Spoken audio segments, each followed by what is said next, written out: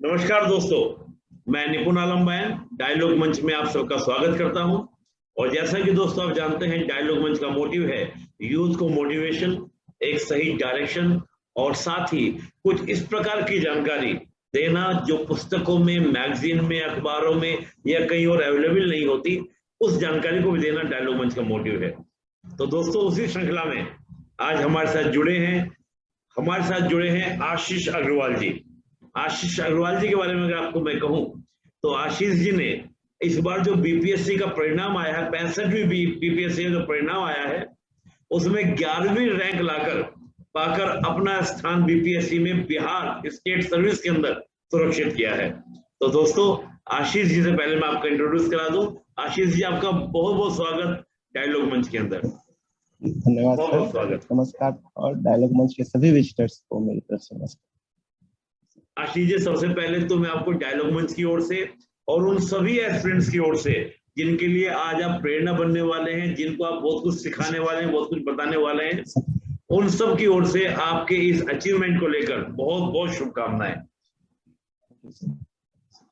जी आशीष जी, पहला प्रश्न तो हमारा यही रहेगा डायलॉग मंच की ओर से कि थोड़ा सा अपने बारे में, अपने एजुकेशन बैकग्राउंड के बारे में, आपका ये कौन सा अटेम्प्ट था, सिविल सेवा या आपने करियर क्यों चुना, थोड़ा सा इस प्रकार की जानकारी आप दीजिए। जी सर, मेरी जी सर मेरी 10वीं की जो बिहार बोर्ड के माध्यम से हुई थी, और ये सर बिहार बोर्ड में सर यहाँ बगहा में ही मैंने 10वीं का किया था जी। और 10th बोर्ड में मुझे 83% मार्क्स मिले थे। और उसके बाद से मैंने 12th बोर्ड जो है वो मॉडर्न स्कूल नोएडा से किया। ओके। और ये सीबीएसई का था। मेरा बोर्ड चेंज हुआ था और साथ ही साथ मीडियम भी चेंज हुआ था, हिंदी मीडियम से अंग्रेजी मीडियम में जाना। उसके बाद सर मैंने 1 साल कोटा में रह के IIT जेईई की तैयारी करी। और उस दौरान मैंने कई सारे एग्जाम दिए। वो पहला टाइम था जब मेरा सामना कॉम्पिटिटिव एग्जाम्स और उसके जो रिगोरस चीजें होती हैं उनसे हुआ था। और IIT जेईई में तो मुझे रैंक नहीं आ पाई थी, पर मुझे बिटसेट में रैंक मिली अच्छी, 849 ऑल इंडिया रैंक मिली थी। और उसके बाद मैंने बिट्स पिलानी से बी फार्म ऑनर्स किया था।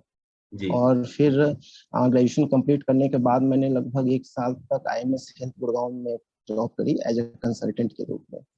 और उसके बाद से मैंने फिर ज्वाइन करके सिविल सेवा परीक्षा की तैयारी पूरी तरह से कोशिश करी। और उसके बाद मैंने उस टाइम से लेके 2015 से लेकर के अब तक मैंने यूपीएससी में टोटल 5 अटेम्प्ट दिए। इन 5 अटेम्प्ट में मैंने 2 बार मेंस भी लिखा है, लेकिन ये लास्ट मेंस था मेरा। दोनों बार मेरा हो नहीं पाया। और इसके बाद इस 19 के यूपीएससी फेलियर के बाद मैंने बीपीएससी का फॉर्म भरा था, जब उस टाइम पे लगा था कि नहीं, एज ए बैकअप के रूप में भी कुछ होना चाहिए। तो इस लेकर के ये चीज फॉर्म भरी, और साथ ही साथ भगवान की कृपा से इस समय निकलता चला गया। और बीपीएससी में ये मेरा पहला ही प्रयास था, और पहले ही प्रयास में मुझे 11th रैंक हासिल हुई। और एज 11th रैंक पे मुझे सब रजिस्ट्रार का पोस्ट मिला। बहुत बढ़िया, बहुत बढ़िया। तो यानी कि बीपीएससी में तो पहला ही आपका अटेम्प्ट था, और पहले अटेम्प्ट में आपने प्री, मेंस, इंटरव्यू और 11th रैंक लिया। एक अच्छे रैंक के साथ आपने पोस्ट अपने को काबिज किया। लेकिन आपका जो यूपीएससी का एक्सपीरियंस था कि आपने 5 अटेम्प्ट आप यूपीएससी का बता रहे हैं, 5 अटेम्प्ट आपने दिए, और 5 अटेम्प्ट में आपका 2 बार आपने मेंस लिखा, 2 बार मेंस लिखा। 2 बार। तो क्या हम ये कह सकते हैं कि यूपीएससी में जो आपको असफलताएं मिली, उन असफलताओं ने यहाँ की सफलता का द्वार खोला, ऐसा कुछ आपको महसूस हुआ? हाँ बिल्कुल, मतलब एक तो सिलेबस मोर और लेस सेम होता है यूपीएससी और बीपीएससी का। जो राइटिंग स्किल हम यूपीएससी में यूज करते हैं, वही राइटिंग स्किल हम बीपीएससी में भी यूज करते हैं। सिलेबस पढ़ने की जो एक कॉम्पिटिटिव माइंडसेट होता है, वो यूपीएससी में ऑलरेडी डेवलप हो चुका होता है हमारे अंदर, और वही माइंडसेट के साथ हम बीपीएससी का भी एग्जाम लिखने जाते हैं। और ये यहाँ तक ये भी था कि बीपीएससी का मेंस और मेरे यूपीएससी का मेंस दोनों लगभग 1 महीने के अंदर ही था। यूपीएससी का मेंस नवंबर एंड में था, और जनवरी में ही यूपीएससी का भी मेंस था। तो इसकी वजह से क्या था कि दोनों चीजें मेरी साथ साथ चल रही थी। ऑप्शनल भी मेरा दोनों ही एग्जाम में ज्योग्राफी था, तो उसमें प्रिपरेशन में भी कोई इशू नहीं है। हाँ, कुछ हद तक बिहार स्पेसिफिक चीजें पढ़नी पड़ती है मेंस में, तो वो उसके लिए मैंने 15 से 20 दिन का अलग से समय दिया था। तो ये चीज मैं जरूर कहूंगा कि यूपीएससी में जो भी मैंने मेहनत करी उसी का ये फल है कि आज मैं पहले ही प्रयास करने से कर। बहुत बढ़िया। तो कहता ना कि मैं किसी और से नहीं, अपनी असफलताओं से सीखा और मेरी असफलताओं ने मेरी सफलता का द्वार खोला। बहुत बढ़िया। आशीष जी, क्या आप सबको यही सजेस्ट करेंगे यूपीएससी की तैयारी करें पहले, तो अगर वहां पे कुछ नहीं होता तो बीपीएससी का एग्जाम दे? क्योंकि अक्सर ये कहा जाता है कि आप आईएएस की तैयारी कर लो तो स्टेट तो निकल ही जाएगा। ये एक आम धारणा है, एक आम कॉन्सेप्ट है कि कोई टेंशन नहीं लेनी है, आईएएस की तैयारी मन लगा के करेंगे, अगर नहीं हुआ तो पीसीएस तो बन ही जाएंगे। और ये केवल only not for BPSC, UP के लिए भी, हरियाणा, सभी के लिए माना जाता है कि भाई सेंटर कर लो तो स्टेट तो हो ही जाएगा। हाँ। क्या यही स्ट्रेटजी आप सजेस्ट करेंगे सबके लिए? यही बोलेंगे कि यूपीएससी तैयारी करें? ऐसे आपका क्या विचार है? ये स्ट्रेटेजी मैं नहीं सजेस्ट करूंगा, बिकॉज उस टाइम पे मुझे बहुत चीजें पता भी नहीं थी। इंटरनेट का उतना था नहीं। 2014-15 में लोग एक दूसरे से जानकर, कोई किसी ने बोल दिया, किसी ने बता दिया तो हम समझ जाते थे। सोशल मीडिया का उतना ऐसा नहीं था। तो आज के टाइम अगर इस मोमेंट पे मुझे कोई स्ट्रेटेजी सजेस्ट करनी हो तो मैं ये जरूर कहूंगा कि यूपीएससी हो और भी कोई भी स्टेट का जो आप एग्जाम दे रहे हैं, दोनों को साथ लेकर चलें, क्योंकि कहीं ना कहीं ओवरलैप जरूर होता है। आपको इतना मान के चलिए कि जो बेसिक सब्जेक्ट्स हैं, जैसे पॉलिटी है, हिस्ट्री है, इकोनॉमिक्स है, इवन मैथमेटिक्स भी अगर किसी को देते हैं, या जो भी ऑप्शनल भी लोग चूज करते हैं, तो मोर और लेस सब सेम होता है। आपको थोड़ा बहुत इधर उधर ट्विस्ट करना पड़ता है सिलेबस में, पढ़ाई में, तो आप दोनों मैनेज कर सकते हैं आसानी से। इनफैक्ट आप किसी भी स्टेट सर्विस के टॉप 100 रैंक्स में देखें तो आई वुड से कि 99% लोग यूपीएससी के हैं, तो यूपीएससी की प्रिपरेशन कर चुके हैं या उन्हें रैंक भी मिली हुई है तो ये में दे रहे हैं। तो ऐसा ओवरलैप हर जगह मिलता है, रिजल्ट भी मिलता है, प्रिपरेशन के दौरान भी मिलता है। जी। मैं ये जरूर कहूंगा कि जो भी एग्जाम्स हैं 2-3 एग्जाम जरूर साथ लेकर चलें, बिकॉज कंपटीशन में कहीं ना कहीं कोई ना कोई चूक हो जाती है, तो इंसान फेलियर आफ्टर कुछ बैकअप नहीं होता है या फिर और कुछ चीजें नहीं होती है साथ में, तो एक डिमोटिवेट हो जाता है इंसान। वो चीज नहीं होनी चाहिए। बिल्कुल। देखा जाता है कि समाज का, परिवार का काफी दबाव भी होने लगता है कि लगातार, जैसा आपने कहा कि भाई 2014 से आप प्रिपरेशन कर रहे हैं और 2021 में आके अब एकदम लास्ट मंथ खत्म होने वाला है, तो कोई ज्यादा समय रहा भी नहीं। अक्टूबर चल रहा है तो नवंबर दिसंबर खत्म हो जाएगा। तो ये 7-8 साल जब हम किसी चीज को देते हैं तो तमाम तरह के असफलताओं के बाद परिवार के लोग भी कहने लगते हैं, समाज में कहने लगते हैं, अपने व्यक्तित्व पर क्वेश्चन उठने लगता है कि क्या मैं गलत तो नहीं कर रहा हूँ, कुछ गलत टेस्ट तो ले लिया। हाँ, तो वो कॉन्फिडेंस, तो सही बात है, एक बैकअप प्लान होना चाहिए। और आपने बड़ा अच्छा बोला कि दोनों को साथ लेके चलेंगे तो इधर ना हुआ तो इधर हो जाएगा। कम से कम एक सोशल जो प्रेशर रहता है वो कम हो जाएगा, इकोनॉमिकली डिपेंडेंसी खत्म हो जाएगी, आप निर्भर हो जाएंगे, तो फिर आपको कोई रोका टोकी करने वाले ज्यादा इश्यूज नहीं होंगे। जब मोस्टली मिडिल क्लास की फैमिलीज में इश्यूज सभी के साथ हम लोगों ने फेस किया है, अब भी फेस कर रहे हैं, और हमारे जो स्टूडेंट्स हैं उनका भी यही सब अनुभव रहा है। तो बहुत सही बात आपने बोली कि प्रैक्टिकल रह के, थोड़ा सा सपनों की दुनिया से निकल कर प्रैक्टिकल अप्रोच रहनी चाहिए। बहुत बढ़िया। आशीष जी, मैं ये पूछूंगा कि 14 से लेके 21 हो गया, 7-8 साल हो गए, कभी तो मन में आया होगा कि कहीं कुछ गलत तो नहीं ट्रैक मैंने चूज कर लिया अपने करियर के लिए, कुछ और कर लिया होता? क्योंकि साथ के काफी लोग, कोई कहीं पहुंच गया होगा, कोई कहीं पहुंच गया होगा, और भी बहुत सारी, भी एक शादी हो गई तो परिवार में ये भी होता है कि तुम शादी कब करोगे, बहुत सारे प्रेशर्स होते हैं, तो ये तो आपके साथ भी हुए होंगे। ये तो मतलब एवरी ईयर होता है। जैसे अब प्रीलिम्स में निकला, किसी तो पापा को बताया कि प्रीलिम्स में पास हुए, लेकिन फिर मन में आता था ये कि कुछ छोड़ के, जैसे मेरे कपड़े की शॉप भी है यहाँ पर जहाँ मैं रहता हूँ, तो ये भी होता था कि चलो पढ़ाई तो कर ली, अब नहीं हो रहा तो कपड़े की शॉप पे बैठ जाए। लेकिन इसमें मेरे माता पिता का सबसे बड़ा सहयोग रहा है। पापा ने हमेशा मुझे बोला कि चलो वो तो है ही, लेकिन जब तक तुम्हारी एज है, जैसे मेरी 29 अभी 32 है, तब तक तो एटलीस्ट प्रयास करना चाहिए। हर इंसान कोई सिल्वर स्पून लेके नहीं आता माउथ में कि आप, और या फिर ऐसा भी नहीं होता कि हर इंसान जीनियस होता है, लेकिन hard work always beats talent. तो ये चीज हमेशा रखना चाहिए कि आप अपनी तरफ से अपना 100% कोशिश करते रहिए। इसमें पेशेंस को रखने की जरूरत है, और पेशेंस बच्चे के साथ साथ बच्चे के माता पिता में भी होना चाहिए, क्योंकि बच्चे से गलती हो जाती है। और सरकारी जॉब है, चाहे यूपीएससी एग्जाम हो, बीपीएससी एग्जाम हो, नंबर ऑफ सीट्स बहुत कम होते हैं। तो अगर, और मैं ये ऐसा मानता हूँ कि इन दोनों एग्जाम में या किसी भी स्टेट सर्विस एग्जाम में at any point of time 10,000 बच्चे जरूर होते होंगे जो रैंक 1 ला सकते हैं, लेकिन उनमें कहीं ना कहीं किसी न किसी से कोई गलतियां हो जाती है जिसकी वजह से वो रह जाता है। तो इसमें अगर बच्चे का मोटिवेशन अगर उसके सबसे पहले माता पिता को बढ़ाना होगा, तभी जाकर के मैं कहूँगा कि वो सही दिशा में और उस दिशा में, और जो जिस सोच से उसने स्टार्ट किया था प्रिपरेशन, उस मोटिवेशन को बना के रख पाएगा।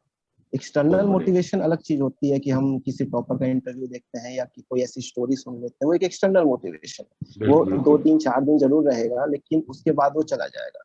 हमें इसके लिए इंटरनल मोटिवेशन की जरूरत है, उसमें पेरेंट्स का सबसे बड़ा सपोर्ट होता है अपने से ज्यादा, ये चीज होनी चाहिए।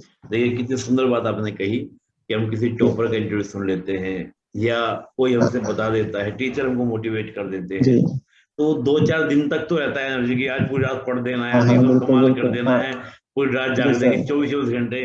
मुझे याद आता है अपने दिन में, मुझे याद आते हैं कि एक बार मैं भी ऐसे बहुत मोटिवेट होकर लगातार 28 आवर्स में बैठा रहा था पढ़ने के लिए कि उठेंगे नहीं, तो हो जाता है, वो सभी के साथ होता है। अब तो स्टूडेंट्स आके बताते हैं कि सर ऐसे ऐसे हो जाता है, वो होता है। लेकिन आपने बहुत बड़ी बात बोली कि एक इंटरनल मोटिवेशन, और वो इंटरनल मोटिवेशन जो गार्जियन देते हैं, जो बचपन से हमें देखा है, जो बचपन से हमारे साथ है, वो हमारे पॉजिटिव नेगेटिव हमारा कहते हैं ना कि हमारे मजबूत कमजोर पक्ष सब जानते हैं जी sir, pillar of support motivate करें तो वो आपको काम करता है।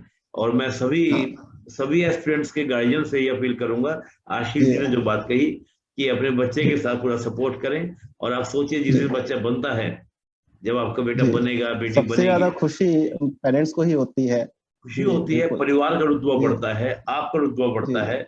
और सिंपल सी बात, मैं तो हमेशा अपने इंटरव्यू में कहता हूँ कि मूवी पे सब लोग एक्टर को देखते हैं, लेकिन एक्टर के पीछे जो बैकग्राउंड के पीछे जो काम कर रहे हैं वो महत्वपूर्ण है। जैसे अपने पिताजी का नाम लिया, भाई पिताजी को उसमें आपको डिमोटिवेट कर देते कि नहीं दुकान में बैठो, तो शायद आज आशीष जी 11वीं रैंक लेके बीपीएससी में यहाँ नहीं होते। बहुत बढ़िया बात है।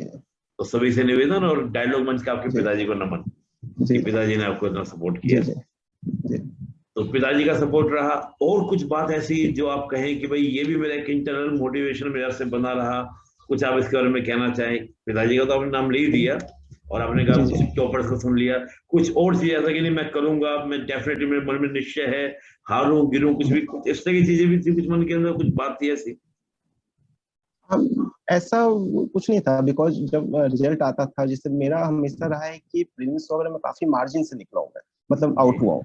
जैसे 2019 की ही बात मैं कहूँ, जब मैंने बीपीएससी का फॉर्म भरा था, तो 2019 प्रीलिम्स मेरे यूपीएससी में GS1 पेपर में 123 मार्क्स से, और कट ऑफ उस टाइम पे 98 ही था शायद, और सीसेट में 65 रह गया था। तो कहीं ना कहीं मेरे अंदर ये भी रहता था कि मैं कर तो सकता हूँ, लेकिन मेरे से कहीं छोटी मोटी गलतियां हुई, तो वो चीज भी एक मन के अंदर था कि मेरे अंदर एबिलिटी है। और साथ ही साथ लेकिन यही होता है कि फेलियर होता है तो मन बिल्कुल टूट जाता है, फिर अपने पे ही सेल्फ डाउट होने लग जाता है। तो यहाँ पर एक साइड मेरा अपना फीलिंग कि मैं कर सकता हूँ, और दूसरे साइड पेरेंट्स का सपोर्ट, ये दोनों मिल के ही जहाँ जहाँ मिले वहीं मैं फिर से एक नई एनर्जी लगा करके आगे बढ़ पाया हूँ। और अभी भी मतलब मन में है कि अब नेक्स्ट अटेम्प्ट देना है, जैसे मेरा 6ठा लास्ट अटेम्प्ट होगा, तो ये भी आगे देंगे, तो फिर देखते हैं आगे कैसे हो। नहीं बिल्कुल, मैं तो आपको फिर से डायलॉग मंच को शुभकामना भी देंगे और कहेंगे कि इस बार और अच्छी रैंक आए, और आपको प्रॉपर जो एक स्टेट सर्विस में हर एस्पिरेंट्स की एक कहते हैं ना कि इच्छा होती है कि मुझे ये वाला पद मिले, तो आप प्रॉपर एसडीएम बने। हमारी बहुत बहुत शुभकामनाएं आपको। और कहते हैं ना मेहनत रंग लाती है, तो परिश्रम कभी ना कभी तो रंग लाता है। तो अब तो रंग लाने का समय आ गया है, तो ये तो मिल ही गया है, तो एक कॉन्फिडेंस भी बढ़ जाता है। रैंक कम आए में तो चलिए, आपकी तो 11वीं रैंक आई है, मैं तो कहता हूँ कि जिनकी लास्ट भी रैंक आई है, मैं उनके लिए भी कहता हूँ हमेशा कि कॉन्फिडेंस तो बिल्डअप हो गया। आपकी चाहे 500 रैंक आई हो, लेकिन भाई आप सिलेक्ट तो हो गए ना, अंदर तो आ गए ना। थोड़ा सा सुधार करना है, और आपके लिए तो मामूली सा सुधार करना है कि भाई वीकनेस कहाँ पे, इसको ठीक कर लेना है। बहुत बढ़िया आशीष जी, आपने बड़े अच्छे से बताया और अपने अंदर की बात भी कही कि भाई, और सही बात है, हर असफलता के बाद मन तो परेशान होता ही है, लेकिन उसमें अपने आप को तैयार करना, उसमें अपने आप को व्यक्तित्व को संभाले रखना, ये सबसे बड़ी चुनौती। इस पूरे एग्जाम के दौरान, पूरी प्रिपरेशन के दौरान, चाहे बीपीएससी यूपीएससी की बात करें, आपको सबसे बड़ा चुनौती क्या महसूस हुई कि मेरे लिए सबसे बड़ा चैलेंज ये था? चाहे कोई सब्जेक्ट को लेकर बात करें, चाहे वो आंसर राइटिंग को लेके बात करे या पीटी को लेके, जो भी आपके, मेरा सबसे बड़ा चैलेंज ये रहा है पूरी परीक्षा के दौरान। सर दोनों ही परीक्षा में मेरा सबसे बड़ा चैलेंज ही रहा है प्रीलिम्स स्टेज। फर्स्ट स्टेज को पास करना ये सबसे ज्यादा डिफिकल्ट होता है। और जैसे बीपीएससी में भी है, जैसे 150 क्वेश्चन आते हैं और उसमें क्या है कि नेगेटिव मार्किंग नहीं होती है, एक ही पेपर होता है, तो मतलब कहीं ना कहीं बहुत ज्यादा एरर के चांसेस होते हैं। और जिस कट ऑफ भी काफी अच्छी चली जाती है, मेरे टाइम पे 97 कट ऑफ थी और मेरे 102 थे, तो मुश्किल से 3-4 नंबर से ही पास किया। और ये चीज होती है। और ये लेकिन सेकंड स्टेज जो है दोनों ही एग्जाम का, वो रिलेटिवली मैनेज हो जाता है। वो इंसान उतना राइटिंग प्रैक्टिस कर लेता है, उतना सब कुछ कर लेता है कि वो एक मेंस लिखने के बाद एक कॉन्फिडेंस होता है कि इंटरव्यू कॉल आ जाएगी, और फिर इंटरव्यू की प्रिपरेशन आदमी चलती है। तो बाकी मेंस और इंटरव्यू में क्या है सर कि रैंडमनेस थोड़ी कम होती है। Prelims is like under the sun, कुछ भी पूछते हैं तो उसमें क्या है कि थोड़े बहुत चांसेस ज्यादा होते हैं फेल होने के। तो वो सबसे ज्यादा चैलेंजिंग पहला स्टेज ही लगा। बहुत बढ़िया। देखिए सही बात है, और मैंने देखा है कई बार स्टूडेंट्स का प्री ही एक हर्डल हो जाता है। प्री पास कर लें तो मेंस उनके लिए टफ नहीं होता है, बहुत सारे स्टूडेंट्स के लिए ऐसा है। इंटरव्यू उनके लिए हर्डल नहीं होता है, लेकिन प्री पास नहीं कर पाते तो उसमें क्या होता है कि आगे के एग्जाम घुस ही नहीं पाते, एंट्री नहीं कर पाते। तो प्री को हल्के में ले लेना चाहिए, क्योंकि असली परीक्षा तो मेंस है, असली परीक्षा इंटरव्यू है। लेकिन प्री नहीं होगा तो फिर मेंस इंटरव्यू तो हो ही नहीं पाएगा, क्या फायदा है। दैट इज तो ये बहुत ही मेन चैलेंज। और ये बिल्कुल सही बोला आशीष जी ने। आशीष जी, आपके लिए जो सबसे बड़ी चुनौती रही, इस चुनौती को आपने कैसे टैकल किया, इसकी स्ट्रेटजी क्या थी कि भाई प्री मेरा ना रुके? तो इसके लिए कुछ खास प्लान किया होगा आपने? जी सर, अगर मैं बीपीएससी के कंटेक्स्ट में बोलूं तो प्रीलिम्स को क्लियर करने में सबसे बड़ा रोल होता है प्रीवियस ईयर क्वेश्चंस का। जो पीवाईक्यू होते हैं उसको अच्छे से कंप्लीट करना चाहिए। इनफैक्ट आप उसको रट लें तो और भी बढ़िया। जो भी जितने भी क्वेश्चंस लास्ट 23 या 25 ईयर्स के क्वेश्चंस जितने भी हैं उनको पढ़ लीजिए। और उसके बाद जैसे बीपीएससी हो या यूपीएससी हो, किसी एक पर्टिकुलर सेक्शन का वेटेज होता है। जैसे बिहार के एग्जाम में पहले स्टेज में हिस्ट्री सबसे ज्यादा पूछी जाती है, तो आप उनको आइडेंटिफाई करें कि हिस्ट्री कहाँ कहाँ से पूछी जा रही है। जैसे बिहार की हिस्ट्री पूछते हैं तो इम्तियाज अहमद सर की बुक है, वो पढ़ लीजिए। और जैसे जो मोटे मोटे सेक्शंस हैं, मॉडर्न हिस्ट्री पूछी जाती है, उनको कंप्लीट कर लीजिए। तो ये एक इम्पोर्टेंट सेक्शंस का एक लिस्ट बनाइए कि ये हिस्ट्री इंपॉर्टेंट है ये, और एक बनाइए जो अपनी एबिलिटी के लिए जो लो हैंगिंग फ्रूट्स हैं। जैसे मुझे पॉलिटी अच्छे से आती है, मैथ्स आई कैन डू, तो वो वैसे सेक्शन जहाँ पे एक्यूरेसी आपकी मोर देन 95% होनी चाहिए। अगर ये मैथ्स के 10 सवाल आ रहे हैं तो 10 में 10 सही होने चाहिए। पॉलिटी के अगर 10 से 15 सवाल आ रहे हैं तो एटलीस्ट 13 to 14 सही होने चाहिए। ये ऐसे सेक्शंस बनाइए। तो आपको क्या है कि अगर एक लड़ाई है तो उसके टुकड़े करके उसको डिवाइड एंड कॉन्कर करें तो जा करके हो पाएगा। और प्रीलिम्स एग्जाम होने वाला है, उसके एटलीस्ट 7 to 10 डेज पहले जितने भी सेक्शंस हैं उसको डेली पढ़ने चाहिए। उससे क्या है कि हर दिन प्रीलिम्स का एक माइंडसेट तैयार होता जाता है। क्योंकि जब आप पेपर देखते हैं तो पहला क्वेश्चन हिस्ट्री से है, दूसरा क्वेश्चन पॉलिटी से, ऐसे करके हो सकता है।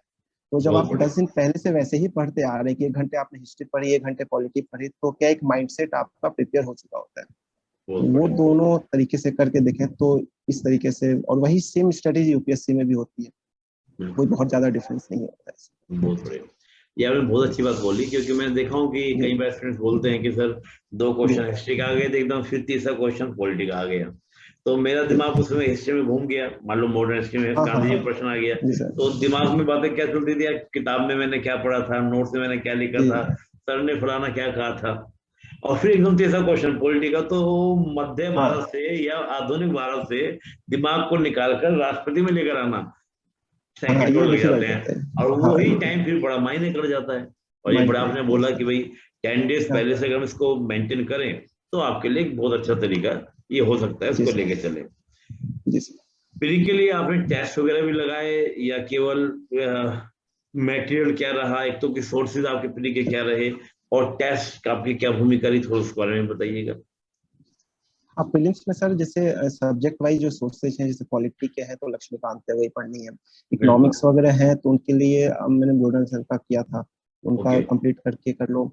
फिर मैथ्स वगैरह में, मैथ्स में कोई बहुत ज्यादा करने की जरूरत नहीं होती, प्रीवियस ईयर क्वेश्चंस कर लें। और जिनकी अगर मैथ्स वीक है तो आर एस अग्रवाल की बुक आती है, वो चीज कर सकते हैं। और हिस्ट्री वगैरह के लिए इम्तियाज अहमद सर की बुक है, वो कर लें। मॉडर्न हिस्ट्री के लिए स्पेक्ट्रम कर लें। ये जितने भी बुक्स मैं बता रहा हूँ ये सब एक्चुअली 99% एस्पिरेंट्स को पता है। बट पॉइंट ये है कि एक ही बुक को 4 बार पढ़ना है, 4 बार पढ़े, 5 बार पढ़े, नंबर ऑफ रिविजन ज्यादा करनी है। जब तक आप रिविजन नहीं करेंगे आप स्ट्रेस में रिकॉल नहीं कर पाएंगे, तो अगर रिकॉल नहीं होगा तो फिर क्वेश्चंस नहीं बनेंगे, तो ये चीज करनी है। और जहां तक जो मॉक टेस्ट वगैरह की बातें हैं, तो मॉक टेस्ट आपको मतलब नंबर ऑफ मॉक टेस्ट नहीं बढ़ाने, जैसे कुछ लोग होते हैं कि 100, 125, 150 टेस्ट करते हैं बट उसको एंड मोमेंट पे रिवाइज नहीं कर पाते, तो वो चीज क्या होती है कि एक माइंड में बर्डन बन जाता है कि आप उसको एग्जाम हॉल में जाने से पहले मन में रहता है कि मैंने ये चीज रिवीजन नहीं करी, तो एक ऑलरेडी साइकोलॉजिकल आप बैक फुट पे आ गए कि कहीं से ये सवाल आ गया तो क्या करेंगे, तो ये चीज नहीं करनी है। इसके लिए आप अपने अकॉर्डिंग, जो अपने टाइम के अकॉर्डिंग, जैसे मेरा था कि मैं यूपीएससी में भी 15 से 20 मॉक टेस्ट करता हूँ और उन्हीं को अच्छे से रिवाइज करके जाता हूँ। वैसे मैंने बिहार वाले में भी किया था कि मुश्किल से 10 या 15 मॉक टेस्ट मैंने किए थे, और ये चीज कर लो और इसको अच्छे से प्रिपेयर कर लो। अच्छे से प्रिपेयर करके जाएंगे तो मुझे ठीक है 100 में 100, अगर 150 सवाल आ रहे हैं तो 150 में 150 किसी को नहीं आता है, लेकिन जो मुझे 100 सवाल आते हैं मेरे एक्यूरेसी में एटलीस्ट 95% प्लस होनी चाहिए, और बाकी सवाल में कुछ गेस वर्क चलता है तो उससे मार्क्स बढ़ जाते हैं।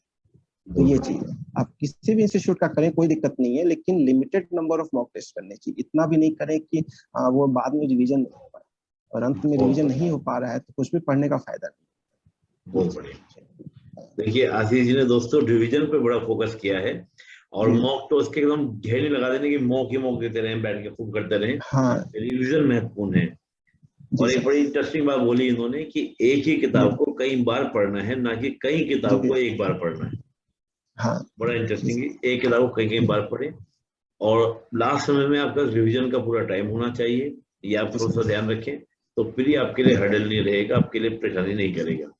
और हर पेपर में, प्री के पेपर में कुछ प्रश्न ऐसे होते हैं जो आपसे नहीं हिलेंगे, तो उनको यार तनाव लेना भी नहीं चाहिए। 5-10 प्रश्न ऐसे होते हैं जो तनाव वाले होते हैं, जो नहीं पता नहीं चलता कहाँ से पूछ रहा है, तो उनको छोड़े बगैर बाकी जो प्रश्न आएंगे उनमें आप अच्छा प्रदर्शन करें तो आपको अच्छे मार्क्स मिल जाएंगे, आप पीटी को क्या होगा, आप क्वालिफाई कर जाएंगे। जी जी प्लीज। एक चीज मैं और जरूर शेयर करूंगा, जैसे मेरी प्रीलिम्स पेपर की स्ट्रेटेजी ऐसी भी रहती है कि अगर क्वेश्चन पेपर जो आपके सामने आता है उसको आप, मैंने जैसे 2 घंटे का पेपर है तो पहले 15 मिनट में आप फर्स्ट स्कैन के लिए रखिए पेपर को, मतलब आप 15 मिनट में जितने भी पेजेज हैं क्वेश्चन पेपर के आप सब पलट लीजिए। कई सारे क्वेश्चन होते हैं जो आप देखते आपको आंसर पता होता है, जैसे कि मतलब आपने फ्रीडम ऑफ स्पीच का बोला, तो ऐसा आ सकता है कि फ्रीडम ऑफ स्पीच किस आर्टिकल में, आपको पता है आर्टिकल 19, आप तुरंत वही टिक कीजिए, आगे बढ़ जाइए। बाकी इससे ऐसे ऐसे वन लाइनर कई सारे क्वेश्चंस होते हैं, तो जैसे बिहार वाले में भी मुझे उस टाइम पे मुझे याद है अराउंड 35 to 40 क्वेश्चंस थे ऐसे जो मुझे देखते पता था।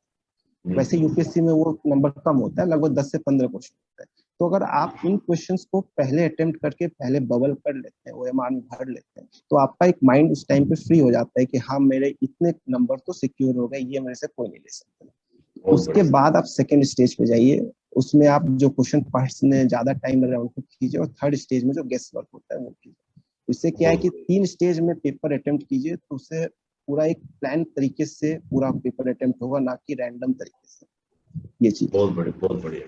देखिए यानी कि पेपर का आप 3 रीडिंग करें, और पहले रीडिंग बहुत तेजी से, उसमें क्या तो दोस्तों बहुत सारे वन लाइनर क्वेश्चन, जैसे भी यूपीएससी में इस बार जो भी हुआ है प्री, अभी 2 दिन पहले प्री हुआ, 3 दिन पहले, उसमें भी 1-2 क्वेश्चन ऐसे था। आर्टिकल 21 सीधा सीधा क्वेश्चन था कि ये फलाना किस में है, टिक लगा दिया। तो होता क्या है कि वो तेजी से निकल जाते हैं, तो उससे कॉन्फिडेंस बिल्डअप होता है कि 40-50 क्वेश्चन मेरे तेजी से रीडिंग में निकल गए, 30 निकल जाए, 40 निकल जाए, फिर दूसरी रीडिंग करें, और तीसरे फिर आपको तुक्का प्रणाली, जो भी गैस प्रणाली बोल रहे हैं, तुक्का प्रणाली को कह लीजिए, भगवान जी का नाम लेके लगाते रहिए, वो एक अलग विषय है। लेकिन थोड़ा सा ये 2 रीडिंग में आप करें, तीसरी रीडिंग में आप टाइम ही बचा के चलो।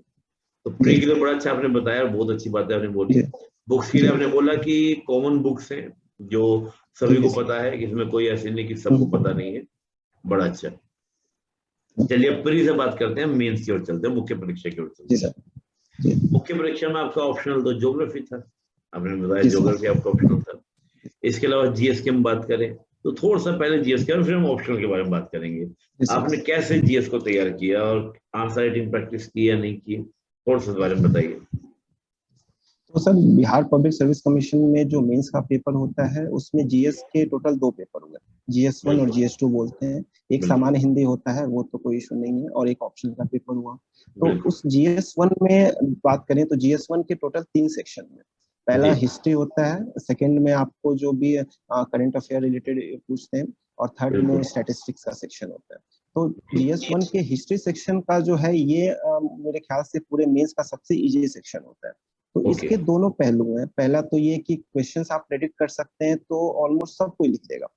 इसमें ये ऐसा होता है कि लिमिटेड नंबर ऑफ क्वेश्चन से वही आते हैं, उसी में से कभी ये आ गया कभी वो आ गया, तो सभी लिखते हैं। तो इसका एक पहलू ये हुआ कि उसमें एग्जामिनर आपको उतने मार्क्स नहीं देगा, या आप बहुत अच्छा मार्क्स नहीं गेन कर सकते हैं। और दूसरा पहलू ये भी है कि आप इसमें कुछ एक्स्ट्रा एफर्ट डाल करके वो चीज आप थोड़ा सा 1 या 2 नंबर एक्स्ट्रा आप चाहें तो ले सकते हैं, अगर आप एक्स्ट्रा एफर्ट डालें तो इसके लिए सबसे बड़ा ये कि जो PYQ है मेंस का, वो आप सॉर्ट आती है मार्केट में, वो आप किसी भी पब्लिकेशन का उठाइए, और जितने भी हिस्ट्री के क्वेश्चंस पूछे गए हैं उनको आप प्रिपेयर कर लीजिए as a sample question, sample answer. वो सैंपल आंसर आपका बेस नोट हो जाता है, उसमें आप एक्स्ट्रा एडिशन कीजिए। जैसे पटना कलम पेंटिंग पे सवाल आया था अभी 66 BPSC में, जहां तक मुझे याद है। तो उसमें पटना कलम पेंटिंग अगर एग्जांपल लेते हैं तो उसमें क्या कि जो आंसर है मोर और लेस सेम होता है, वही फीचर्स होते हैं, वही सब कुछ होता है। आप उसमें एडिशन करने के लिए एक प्रॉपर पटना कलम की डायग्राम बना दीजिए, ये एडिशन हो सकता है। अगर मान लीजिए जैसे 1857 क्रांति की बात आ रही है, तो 1857 क्रांति में हिस्ट्री में आप प्रॉपर मैप बना के दिखा सकते हैं, बिहार का मैप बना के दिखा सकते हैं। बॉक्स चार्ट बना दीजिए कि अगर ये लोकेशन में इस आरा में है तो आरा को लोकेट करके आगे बॉक्स कर दीजिए, बॉक्स में आप उसको मेंशन कर दीजिए। इससे क्या है कि विजिबिलिटी बढ़ जाती है एग्जामिनर के लिए, और उसको आसान लगता है चेक करना, और एग्जामिनर अगर आसान लग रहा है तो मार्क्स भी अच्छे देता है।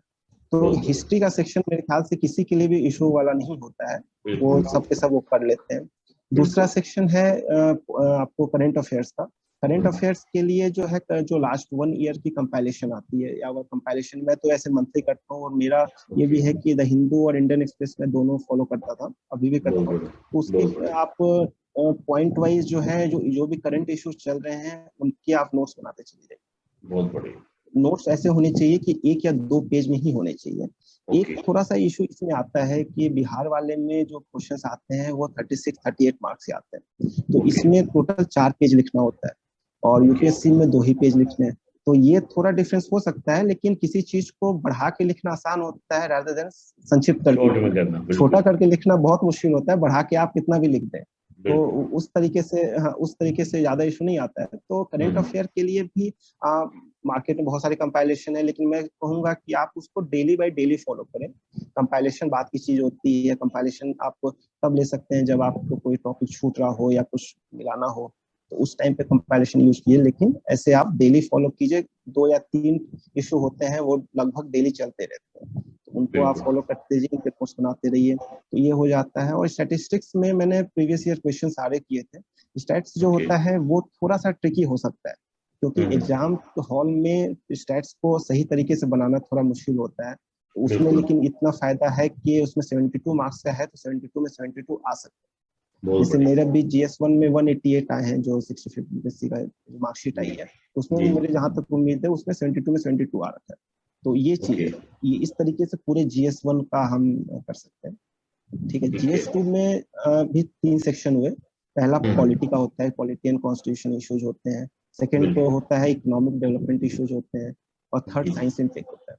तो पॉलिटी में देखिए, मेन पॉलिटी का है कि जैसे इसमें जैसे एक बुक है इंडियन कॉन्स्टिट्यूशन एट वर्क, ये NCERT है क्लास 11th की, लेकिन ये बुक काफी ज्यादा लोग मतलब पढ़ते नहीं है, पता नहीं होता है सही तरीके से, या लोग अवॉइड कर देते हैं कि NCERT कौन पढ़ेगा, या एक रीडिंग मार के ही छोड़ देते हैं। लेकिन आई वुड से कि वो जो बुक है उसमें जितने डिटेल में चीजें दी हुई फॉर आंसर राइटिंग, उतनी डिटेल में शायद अच्छी बुक्स में भी ना मिले। वो एक लैंग्वेज देते हैं, वो इजी लैंग्वेज होती है। इस इजी लैंग्वेज को हम अच्छे से 2-3 बार रीड करके एज इट इज रिप्रोड्यूस भी कर सकते हैं, तो इस तरीके से वो चीज आसान होती है। तो वो लक्ष्मीकांत सब पढ़ के जाते हैं, लेकिन क्वेश्चन जो होते हैं उसको थोड़ा सा करंट अफेयर के साथ मिला करके लिखना होता है, तो ही मार्क्स आते हैं। जैसे कि फंडामेंटल राइट का मेरे टाइम पे सवाल आया था कि Indian constitution gives fundamental right by one hand and takes by another hand, तो उसमें रीजनेबल रिस्ट्रिक्शन पे सवाल था। तो उस टाइम पे कई सारे इश्यूज चल रहे थे, जैसे कि राइट टू स्ट्राइक नहीं होना चाहिए उतनी तरीके से, फ्रीडम ऑफ स्पीच में कई सारे रिस्ट्रिक्शन चल रहे थे, रिलीजन में रिस्ट्रिक्शन चल रहे थे। तो एक साइड में तो इन सब करंट अफेयर्स को आपको अच्छे से एग्जाम में लिखते समय एग्जाम में भी बॉक्स बना बना कर लिखिए कि और विजिबिलिटी बढ़े। तो इस तरीके से पॉलिटी का पूरा करना है, ठीक है। वैसे ही ये पॉलिटी में जैसे 4 क्वेश्चंस होते हैं, 4 में आपको 3 करना होता है। और उसमें एक चीज ये भी देखी जाती है कि बिहार पॉलिटी पे भी विशेष ध्यान देना है, क्योंकि मेरे टाइम पे स्टेट इलेक्शंस हुए थे तो उसका मैंने अच्छे से प्रिपेयर करके किया था। और बिहार में जैसे कास्ट पॉलिटिक्स ज्यादा है तो उस हिसाब से आपको क्या लगता है वो प्रिपेयर करके जाइए। तो कंटेंट आपको अच्छे से प्रिपेयर करके जाना पड़ेगा शुरू में, और अच्छे से मतलब याद करके समझ करके फिर जाना पड़ता है।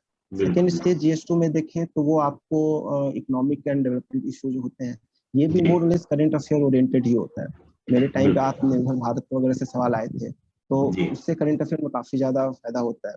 और मैं मोनल सर का मैंने सारे इकोनॉमिक से करंट अफेयर में फॉलो किया था, मैं तो उसमें काफी अच्छा उससे हेल्प मिला। और थर्ड जो सेक्शन है वो साइंस टेक का होता है।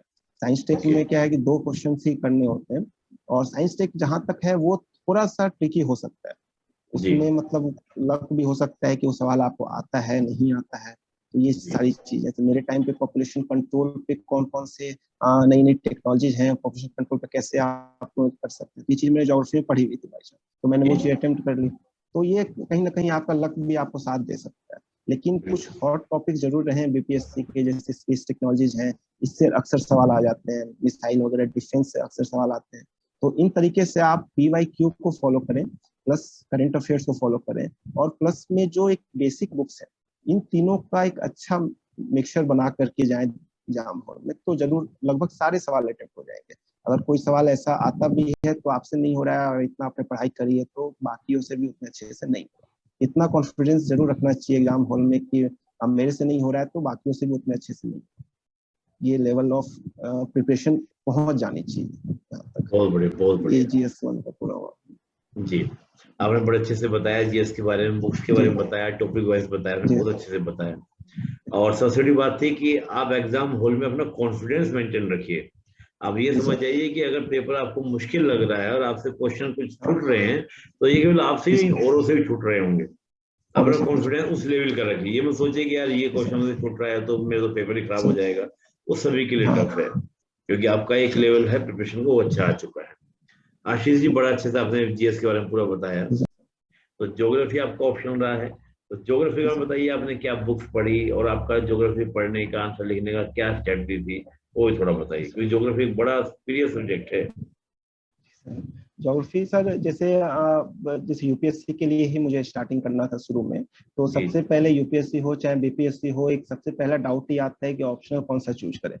तो उस टाइम पे जब मैं कॉलेज में था तभी मैंने पबेट केमिस्ट्री, इकोनॉमिक्स एंड ज्योग्राफी, ये 3-4 सब्जेक्ट मैंने मतलब उठाए थे कि पहले थोड़ा थोड़ा पढ़ के देखें, एक महीना 1.5 महीना जो भी बेसिक बुक्स हैं पढ़ के देखें। तो कोई अगर इसी बहाने मैं ये भी जरूर बोलना चाहूंगा कि ऑडिबल आपकी आवाज नहीं आ रही है। हाँ ऑडिबल, थैंक यू। हाँ ओके। तो इसमें मैं जरूर कहना चाहूंगा कि अगर किसी को भी पहले ऑप्शनल चूज करना है तो उस ऑप्शनल पे जो भी रिटन क्वेश्चंस हैं उनके आंसर्स को देखिए कि आप उससे कनेक्ट कर पाते कि नहीं कर पाते। तो उन चारों सब्जेक्ट में मैं ज्योग्राफी से सबसे ज्यादा कनेक्ट कर पाया था, तो इसलिए मैंने ज्योग्राफी को ऑप्ट किया। और ज्योग्राफी में देखा जाए तो जो BPSC का सिलेबस है वो UPSC का एक तरह से वाटर डाउन सिलेबस है।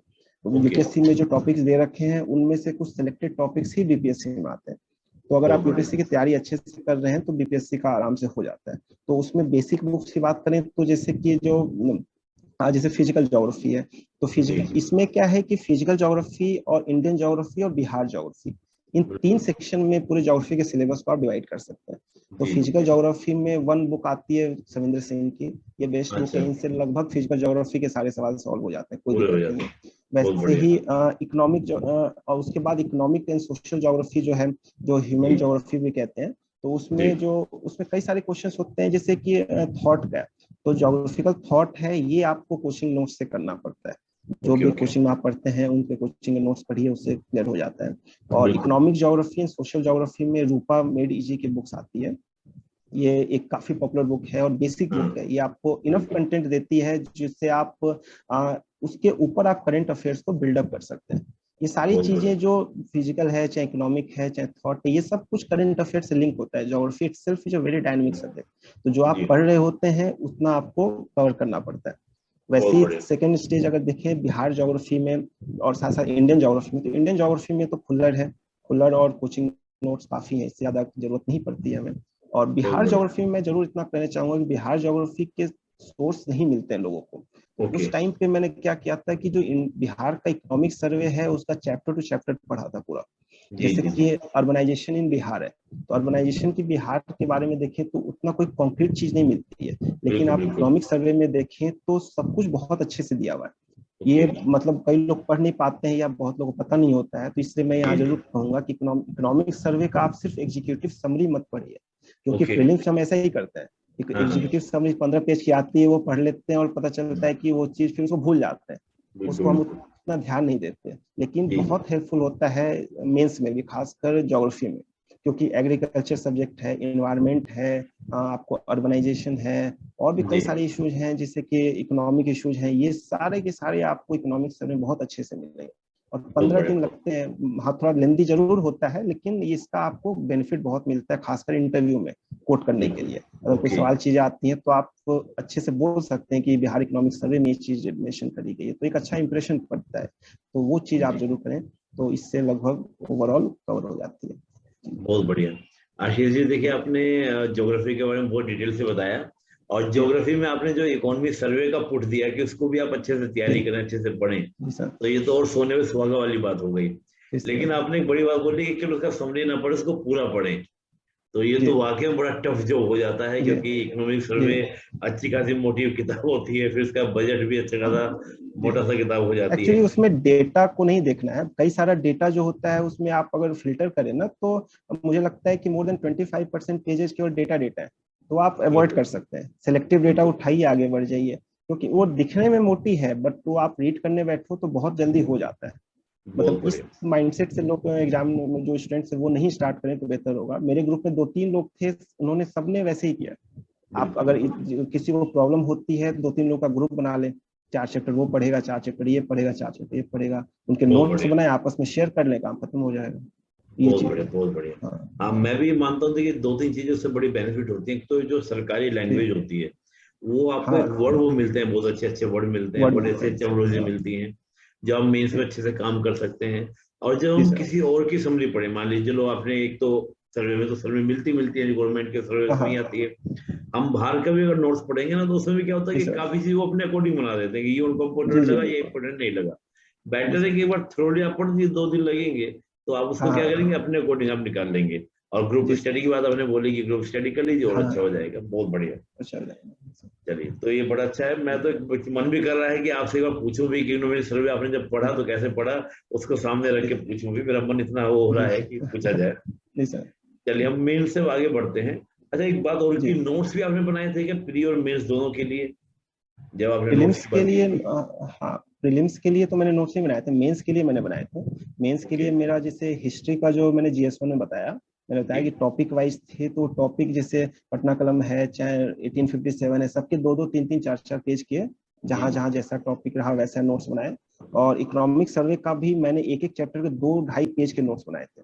तो लगभग आपको, हाँ आप इकोनॉमिक सर्वे के हर एक चैप्टर का मतलब अगर हो तो स्कैन करके मैं डाल दूंगा, लेकिन वैसे आप आराम से डाल सकते हैं, कोई दिक्कत नहीं होती है उसमें। बहुत बढ़िया। लेकिन ये कि 2 या 3 दिन लगता है आपको एक बार रिवीजन करके। देखिए थोड़ा तो टाइम, कुछ अलग करना पड़ेगा, कहने का मतलब ये है, अगर रैंक लानी है तो कुछ अलग करना पड़ेगा, वो सीधा सा गणित है, उसमें आप भाग नहीं सकते। बिल्कुल। ये बड़ा अच्छा है कि इकोनॉमिकल सर्वे को आपने 2 से 3 पेज में समेट दिया, ये बहुत बड़ी बात है, बहुत अच्छी बात है। और ये यही होता है कि इतनी किताबों को अगर हम पढ़ेंगे तो दिक्कत तो होगी। अगर नोट्स आपने अगर बना लिया, नोट्स को आपने इतना ब्रीफ में बना लिया, तो एग्जाम टाइम में भी आपको रिवीजन करने में इश्यूज नहीं होगा। बहुत बढ़िया। अब आशीष जी, हम थोड़ा सा बात करें, आपने प्री के बारे में बड़ा अच्छे से बताया, मेंस के बारे में बड़ा अच्छे से बताया, साक्षात्कार के बारे में बात करते हैं, इंटरव्यू के बारे में बात करते हैं। जी सर। जब इंटरव्यू किया, मेरा इंटरव्यू होगा, तो मेरे इंटरव्यू की कॉल, मेरा कंफर्मेशन इंटरव्यू कॉल आ गई है, उस समय आपकी प्रतिक्रिया क्या लगा उस समय कि अब इंटरव्यू कैसे करना है, क्या करना है, और सिलेक्शन क्या था जब देखा रिजल्ट कि अब इंटरव्यू देना है?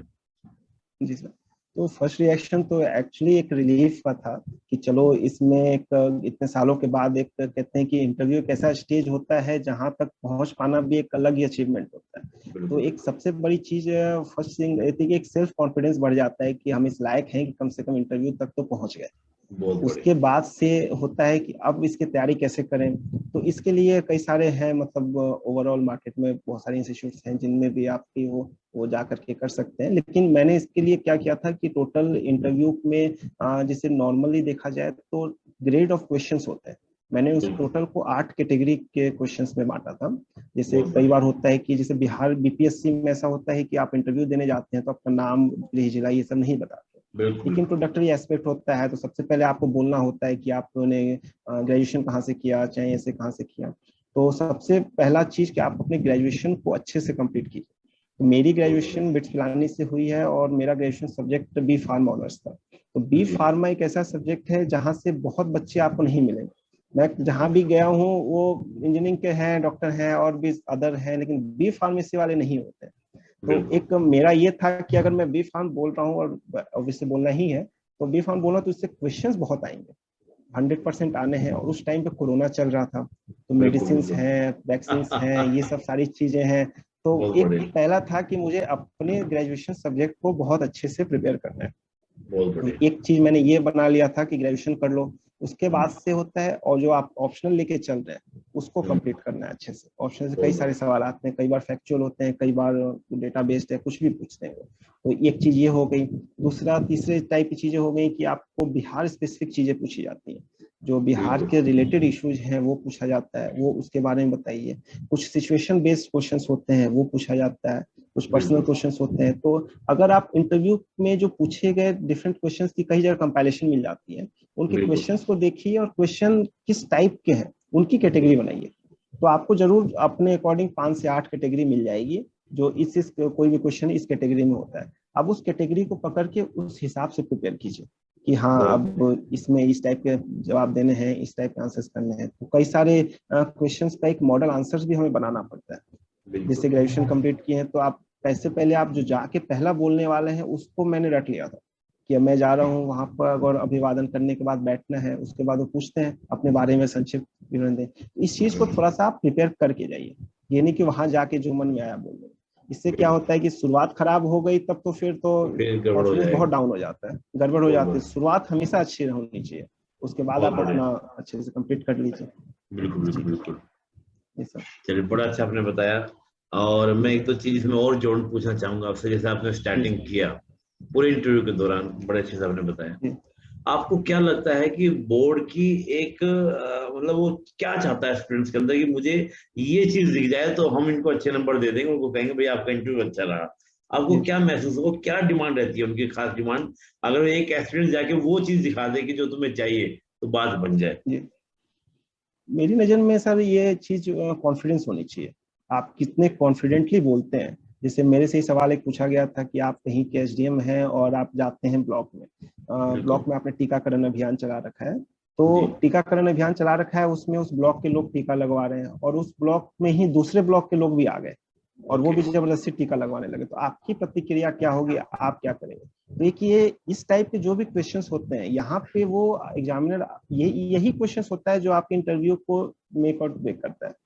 बाकी फैक्चुअल क्वेश्चंस हैं, ये सब चीजें, ये तो हाँ ये सब चीजें तो आप हैंडल कर लेते हैं। इसमें आपका कोई एक्सप्रेशन कुछ देखा नहीं जाता है, आपने उन्होंने पूछा आपने बताया काम खत्म। लेकिन यहाँ पर आपकी थिंकिंग देखी जाती है, आपकी कॉन्फिडेंस देखा जाता है, ये चीज।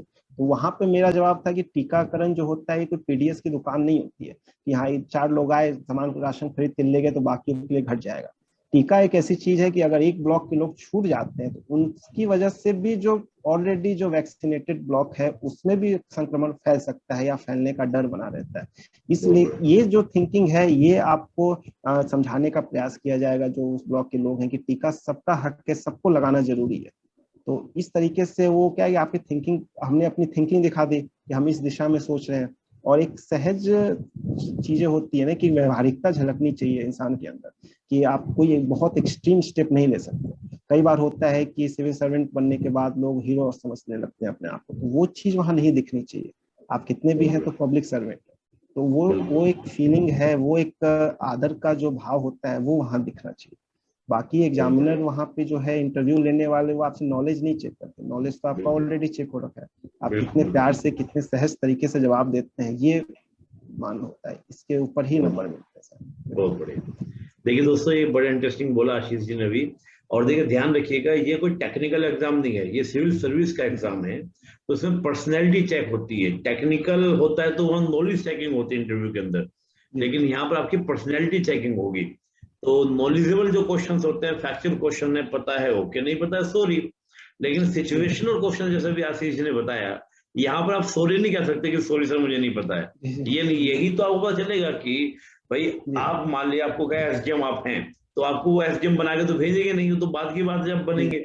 लेकिन आपको उन्होंने एट ए टाइम एसडीएम बना दिया और आपको सिचुएशन दे दी, आप बताओ भैया क्या करोगे। तो यहाँ से आपका एटीट्यूड तुमको पता चल जाएगा कि बंदे के माइंड में क्या चल रहा है। और आशीष ने बड़ा शानदार उत्तर दिया, बहुत शानदार। नहीं तो कुछ लोग जैसे हम बात करें तो मैं देखता हूँ कि सर दूसरे ब्लॉक की तो मेरी रिस्पॉन्सिबिलिटी नहीं है, मैं तो अपने ब्लॉक की चिंता करूंगा, मैं दूसरे ब्लॉक वालों को मना करूंगा। लेकिन आपने यहाँ पे एक मानवता का एंगल दिखाया, यूनिटी का एक एंगल दिखाया, दूसरा आपने सिविल सर्वेंट का दिखाया। ठीक है भाई, मैं अगर इस ब्लॉक का अधिकारी हूँ तो दूसरे ब्लॉक की भी जिम्मेदारी थोड़ी कि हम उसको इग्नोर कर देंगे। हम ऑफिसर हैं तो हम उनको धमकाना थोड़ी सुनना शुरू कर देंगे। और टीके की बात है, ये तो मानव रक्षा की बात है। तो ये बड़ा अच्छा, यानी कि आपने सारे एंगल्स में दिखाए, एक एक सिविल सर्वेंट का जो एटीट्यूड आपने दिखाया। और बिल्कुल सही बात है, we are living in democratic setup, हमारी कॉन्स्टिट्यूशन मर्यादाएं हैं, हम उन सब चीजों को प्रदर्शित करें तो बहुत अच्छा। देखिए कितने अच्छा, मुझे शानदार लगा आपका उत्तर, बड़ा अच्छा उत्तर लगा। और मुझे लगता है जब मुझे अच्छा लगा तो उनको भी अच्छा लगा होगा। हालांकि बहुत सीनियर लोग होते हैं, लेकिन मैं भी पिछले 10 वर्षों से खूब मौफ लेता हूँ और खूब स्टूडेंट्स को देखता हूँ जो इंटरव्यू देते हैं, सिलेक्शन लेते हैं, तो उस प्रकार के प्रश्न में टैकल करना बड़ा अच्छा होता है। बहुत अच्छे। एक बात मेरे मन में और आ रही है पूछने आपसे, क्योंकि मैं यहाँ देखा हूँ यहाँ भी स्टूडेंट बहुत कंफ्यूज रहते हैं हॉबी को लेकर। हॉबी को लेकर अच्छा, आपकी हॉबी क्या थी, थोड़ा ये बताइए। कई बार स्टूडेंट्स को देखता हूँ 3-3 4-4 हॉबी भर देते हैं। जी जी, 3-3 4-4 हॉबी डाल देते हैं। हाँ, ये हॉबी वाला क्वेश्चन, इंटरेस्ट और हॉबी दोनों में अंतर होता है, तो थोड़ा सा हॉबी को बताइए, आपने कैसे हॉबी को क्या डाला था, आपने क्या किया था? एक्चुअली हॉबी वाला क्वेश्चन मेरे साथ भी था, कि वो इशू मेरे साथ भी था। कई बार होता है, जिससे हम लोग रूरल बैकग्राउंड के लोग हैं चाहे, हम लोग हॉबी नहीं होती है, हम लोग क्या टाइम पास चीजें करते हैं, वो उसको लोग टाइम पास समझने लगते हैं। तो हॉबी में क्या होता है कि अगर आपके पास कोई हॉबी नहीं है तो कोई एक ही हॉबी लीजिए, 3-4 हॉबी नहीं रखनी है। हॉबी ऐसा चीज है कि लोग हॉबी से रिलेटेड आपको कोई भी क्वेश्चन पूछा जाए तो आपको पता होना चाहिए। तो मेरी हॉबी जैसे कि मैं कोक स्टूडियो वगैरह की गजल सुनता हूँ, मैं मेनली गजल पे रखता हूँ। तो जैसे हिंदी गजल वगैरह हो गई, ये सब चीजें हैं, गुलाम अली हो गए, चाहे नुसरत फतेह अली खान हो गए, तो ये चीजें मैं जनरली सुनता हूँ। तो इनसे रिलेटेड उन्होंने सवाल पूछे थे कि आप कोई किसी पाकिस्तानी गजल का नाम बताइए, तो नुसरत फतेह अली खान है ही। और जैसे कि और क्या सबसे अच्छा लगता है, तो फरीदा खन्नून का है कि आज जाने के जितना को, ये सब टाइप के जो गजल है। तो ये चीजें मैं, मतलब आपको अगर कोई भी लिख रहे हैं हॉबी, तो उसके बारे में प्रॉपर पढ़ के जाना पड़ेगा। मैंने लगभग कई सारे लोगों के नाम याद किए, और मतलब होता है ना कि टेक्निकलिटीज भी देखनी पड़ती है, जैसे गजल और इसमें कव्वाली में क्या अंतर है, गजल और गाने में क्या अंतर है, ये सब टाइप की चीजें भी आपको ऑन द स्पॉट पता होनी चाहिए। क्योंकि अगर आप अपने हॉबी से सवाल गलत करते हैं तो एक बहुत बड़ा मतलब नेगेटिव इंप्रेशन पड़ता है, ब्लंडर हो जाता है, तो वो चीज नहीं होनी चाहिए। नॉर्मली क्या है कि बीपीएससी में गार्डनिंग लोग हॉबी रखते हैं, ये सब चीजें रखते हैं। हेलो जी, नॉर्मली क्या है, सॉरी, नॉर्मली क्या है कि बीपीएससी में लोग गार्डनिंग हॉबी रखते हैं, और होम मेकर है, कुकिंग वगैरह हॉबी रखते हैं। तो कुकिंग वगैरह से कई बार लोग टेक्निकल सवाल एग्जामिनर पूछ लेते हैं, जैसे कितने टेम्परेचर पे ये चीज होती है, अंडे कितने टेम्परेचर पे उबलते हैं, अब ये सब टाइप की चीजें होती हैं। तो अब कैसे, तो वही है कि आपको, हाँ, तो उसी चीज को हमें देखनी है कि हॉबी से आप पूरी तरह से जितना अच्छे से पढ़ पाए उतना पढ़ने की जरूरत है। क्योंकि हॉबी अगर पूछा गया है तो सवाल आएगा कि इंटरव्यू में फिक्स है कि आपके ग्रेजुएशन से, आपके ऑप्शनल से और आपके हॉबी से, इन तीनों से सवाल आने ही आने, चाहे वो यूपीएससी का हो चाहे बीपीएससी का हो। इसलिए उस पर जितने अच्छे से प्रिपेयर कर पाए उतना बेहतर है। बहुत बढ़िया। और देखिए कितनी अच्छी बात बोली कि हॉबी आप एक ही रखें और उसका पूरा 360 डिग्री एंगल पता होना चाहिए। मैं इसमें ये बोलता हूँ, बहुत अच्छी बात इन्होंने बोली कि जो रूरल बैकग्राउंड से हैं या होता है कि इकोनॉमिकल बैकग्राउंड अगर कमजोर है तो किसी हॉबी को डेवलप करने का समय मिल ही नहीं पाता है। और हॉबी का मतलब ये होता है कि जिसको आप करते ही हैं डेली रूटीन में, दैट इज द हॉबी, जो आपकी लाइफ का हिस्सा होती है। इंटरेस्ट तो बहुत सारी चीजों हो सकता है, मुझे वॉक करना पसंद है, मुझे बाहर घूमना पसंद है, मुझे अलग अलग साइट्स देखना पसंद है, मुझे शाम को बैठकर मतलब बहुत सारे आपकी इंटरेस्ट हो सकते हैं, लेकिन हॉबी आपका एक ऐसा होगा जो आपके लाइफ का पार्ट होता है, जिसको आप डेली करते ही करते हैं। तो होता है कहीं पर हम उसको डेवलप नहीं कर पाते। तो मैं तो यही बोलता हूँ कि अगर आपकी हॉबी नहीं तो आप बोल दीजिए इंटरेस्ट है सर, मेरा ये इंटरेस्ट है, हॉबी तो सर मैं नहीं बना पाया, डेवलप नहीं हो पाई मेरी, क्योंकि हो सकता है सिलेक्शन के बाद जब आप एसडीएम बन जाएं, डिप्टी एसपी बन जाए, तो सब आपकी हॉबी बने, लेकिन आपका इंटरेस्ट हो सकता है। तो थोड़ा सा इसी बड़ी सावधानी, सब सही बात है कि क्वेश्चन कुछ भी हो सकता है, कुछ भी हो सकता है। और कमाल की बात है कि वहां पर जो बुजुर्ग व्यक्ति बैठे हुए हैं, जो बहुत ही जितनी उम्र होती है उतना उनके सर्विस हो जाती है। तो हो सकता है कि आपने गजल वाली बात बोली, तो मैं देखा मोस्टली जो बुजुर्ग उनके तो गजल वो सुनते ही खूब, तो वो तो आपको कर देंगे काम, चलो भैया आ जाओ। मैंने भी कहीं किचन गार्डनिंग का आपने उदाहरण दिया, तो किचन गार्डनिंग का अर्थ ही नहीं पता है। मैं बोले कि सर मैं किचन गार्डनिंग मुझे हॉबी है, तो किचन गार्डनिंग का अर्थ क्या होता है? वो ये कहते हैं जैसे अपने घर के पास में किचन का लगा, जिसमें किचन के सामान में मेरे टमाटर निकल जाए, वो किचन गार्डनिंग। किचन गार्डनिंग वो होता ही नहीं है। जो घर का वेस्ट मटेरियल है, मतलब चाय की पत्ती आपकी बच गई तो उसको आप उसको डालें, यूज करें। तो किचन के जो आप फेंकने वाली चीजें उनको आप यूज करें, उसको किचन गार्डनिंग बोलते हैं। सही परिभाषा ये है। अब वो कहीं उल्टा बोल देते हैं कि सर मिर्च टमाटर मिल जाए, तो यार ये तो तुम बाजार से मिल जाएंगे, उसको किचन गार्डनिंग क्या बोला। चलिए बड़ा अच्छा। मैं एक बात और करूंगा आशीष जी आपसे कि कुछ प्रश्न ऐसा आया था जहां आपको सॉरी बोलना पड़ा कि नहीं अब मैं इसको बता नहीं पा रहा हूँ, कुछ हुआ था, सॉरी बोला किसी प्रश्न में? जी सर बिल्कुल, वो सॉरी तो जैसे हमारे ऑप्शनल से कई सारे सवाल थे, जैसे इन्होंने मतलब फ्लड का एग्जांपल लिया था कि अगर किसी एक मेरे नॉर्मली इंटरव्यू में लगभग मुझे लगता है कि 8 या 9 सिचुएशन बेसिक क्वेश्चंस थे। तो मैं पहला कैंडिडेट था, इन फर्स्ट डे मेरा इंटरव्यू 2 अगस्त को था, 2 अगस्त को first person to enter interview hall. तो वो चीज थी, तो उसमें क्या था कि अब ज्योग्राफी से उन्होंने कुछ टेक्निकल सवाल पूछ लिया था और मैं उसका आंसर मतलब सही तरीके से दे नहीं पा रहा था, तो वो कुछ और चीज पूछ रहे थे, वो कुछ चीज डिमांड कर रहे थे, उनके समझ में नहीं आ रहा था, तो मैंने लास्ट में उनको सॉरी बोल दिया था, ऐसे करके था। और भी जैसे कि आपको पॉपुलेशन पॉलिसी पे, जैसे उस टाइम पे उत्तर प्रदेश के पॉपुलेशन पॉलिसी की बात चल रही थी, हाँ, उनसे उसमें कुछ उन्होंने टेक्निकल चीज पूछी थी, कुछ प्रोविजन का पूछा था, तो वो चीज मुझे नहीं आती थी, तो उस पर मैंने सॉरी बोल दिया था। तो सॉरी बोलना मेरे ख्याल में कहीं कोई दिक्कत नहीं है, मेन आपकी ऑनेस्टी और मेन कॉन्फिडेंस, ये दो चीजें देखी जाती हैं, आप ये देखिए तो कोई दिक्कत नहीं है। देखिए बड़ा सुंदर, और मैंने बहुत सारे इंटरव्यू लिए तो सबका यही मैं निकाला लास्ट में कि कॉन्फिडेंस मस्ट है और साथ में आपकी ऑनेस्टी, ईमानदारी। अभी वीके गुप्ता सर का भी हमने इंटरव्यू लिया था, उन्होंने भी ये बोली कि भाई अगर तुम ऑनेस्टी रखोगे और अपना कॉन्फिडेंस बरकरार रखोगे, और उन्होंने बड़ी अच्छी इंटरेस्टिंग बात बोली थी कि वो लोग आपको सिलेक्ट करने के लिए बैठे हुए हैं, वो चाहते हैं कि प्रशासन में लोग चाहिए, तभी तो जो वैकेंसी निकली है। अब आपको ब्लंडर ना करें तो आप सिलेक्ट हैं, प्री मेंस निकल चुका है, तो नॉलेज आपकी चेक हो चुकी है ऑलरेडी, नहीं तो प्री मेंस नहीं निकलता है, लोगों की नॉलेज नहीं है, तो बिल्कुल आपका कॉन्फिडेंस बरकरार रहे। मैं एक हल्का सा एक प्रश्न और क्यों अक्सर स्टूडेंट यही पूछते हैं कि जैसे एंट्री किए सर, तो एंट्री करने के बाद बोर्ड में अगर सब लेडीज, मतलब कोई लेडीज पर्सन है और कोई जेंट्स पर्सन है, तो आप उनको विश कैसे करते हैं? सबको एक साथ विश करें या अलग अलग विश करें?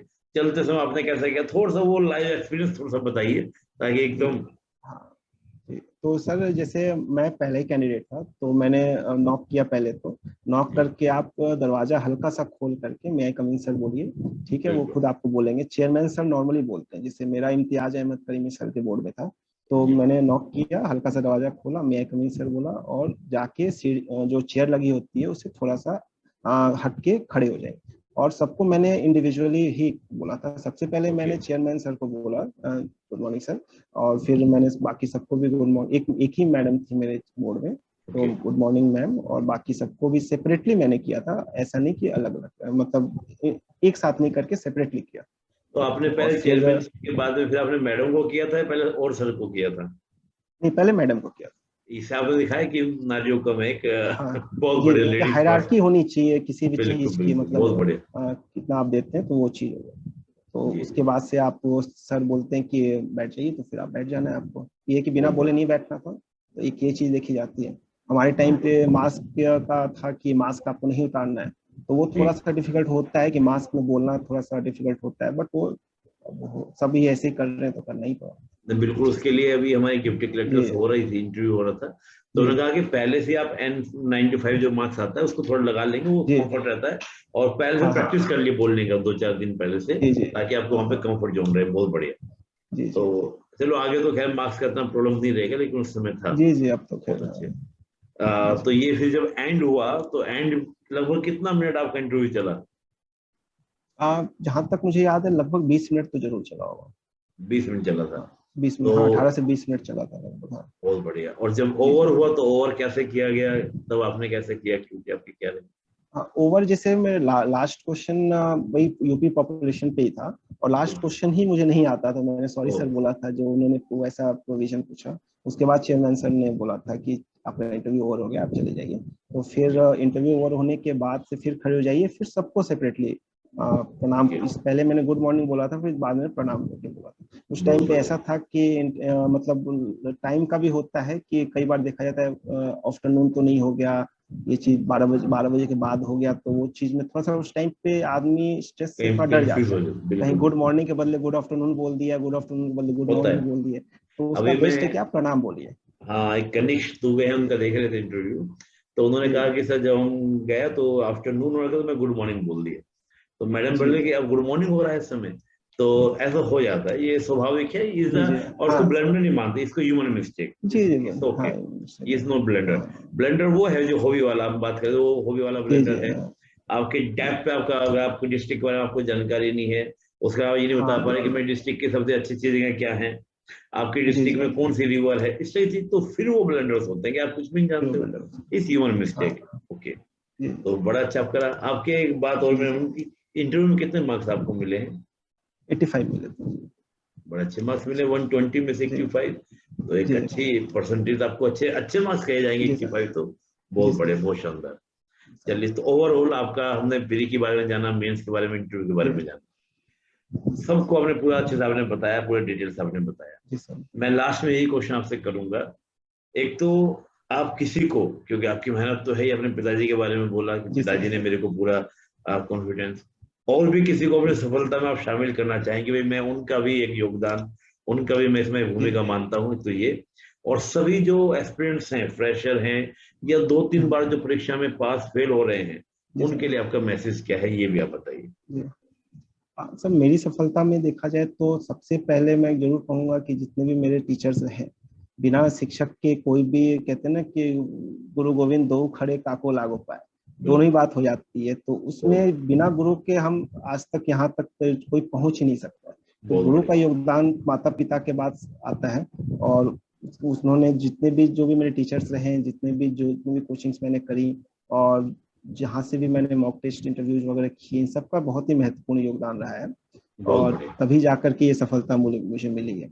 और बाकी रही बात मैसेज की, तो एक मैं जरूर कहूंगा कि पेशेंस को नहीं खोना है, क्योंकि कोई ये एग्जाम कोई मतलब क्लास 11-12 का एग्जाम नहीं है जहां आप देने जाते हैं और परसेंटेज आ जाता है, आप आगे बढ़ जाते हैं। इसमें एक तो सीट्स बहुत कम होती हैं, और कई बार होता है कि छोटी छोटी गलतियां हो जाती हैं तो आदमी फेल हो जाता है या नहीं पास कर पाता है। तो इस चीजों में अपने धैर्य को नहीं खोना है, पेशेंस को, कहते हैं ना कि जैसे मेरे 584 मार्क्स है और इंटरव्यू कट ऑफ 532 हुआ, इतने सारे पेपर्स रहे, और जिसका नहीं हुआ इसका मतलब ये नहीं कि वो बेवकूफ है, वो भी समझदार है, वो भी पूरा पढ़ाई करके गया, कहीं उससे गलती हो गई, मेरे से गलती नहीं हुई, कहीं मेरे से गलती होगी, मेरे ऊपर के रैंक वाले से गलती नहीं हुई, तो थोड़ा हायरार्की बन जाती है, थोड़ा ऊपर नीचे हो जाता है। लेकिन कोई भी एग्जाम, कोई भी पोस्ट, चाहे कोई भी मार्क्स किसी भी आदमी के व्यक्तित्व को नहीं दिखाता है, ना ही उसकी किस्मत को दिखाता है, ना ही उसकी सफलता को दिखाता है। तो ये चीज कभी भी नहीं सोचनी चाहिए कि मेरा ये एग्जाम नहीं हुआ तो मैं जिंदगी में कुछ नहीं कर सकता हूँ, या मैं कुछ सफलता नहीं हासिल कर सकता हूँ।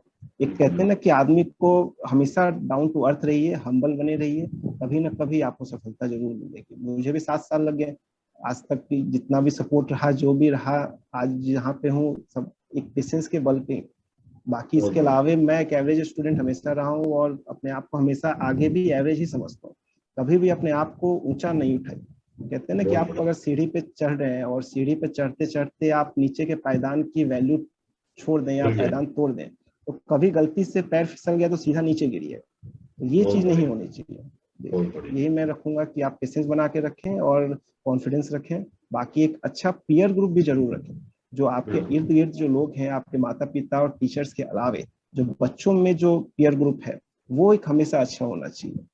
उनसे क्या है कि एक कॉन्फिडेंस भी बना रहता है और साथ साथ स्टडी में बहुत हेल्प भी मिलती है। तो ये चीज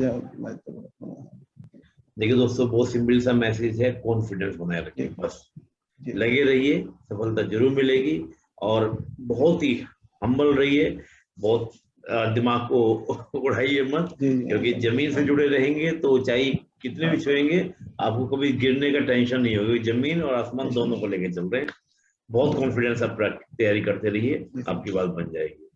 तो आशीष जी बहुत बहुत धन्यवाद, आपने बहुत समय दिया और आपने बड़े अच्छे सब चीजों को बताया और बेसिक से बेसिक बातों को भी आपने चर्चा की। उसके लिए बहुत बहुत आपका आभार डायलॉग मंच की ओर से और सभी एस्पिरेंट्स की ओर से, जिन्होंने आज आपके इस इंटरव्यू से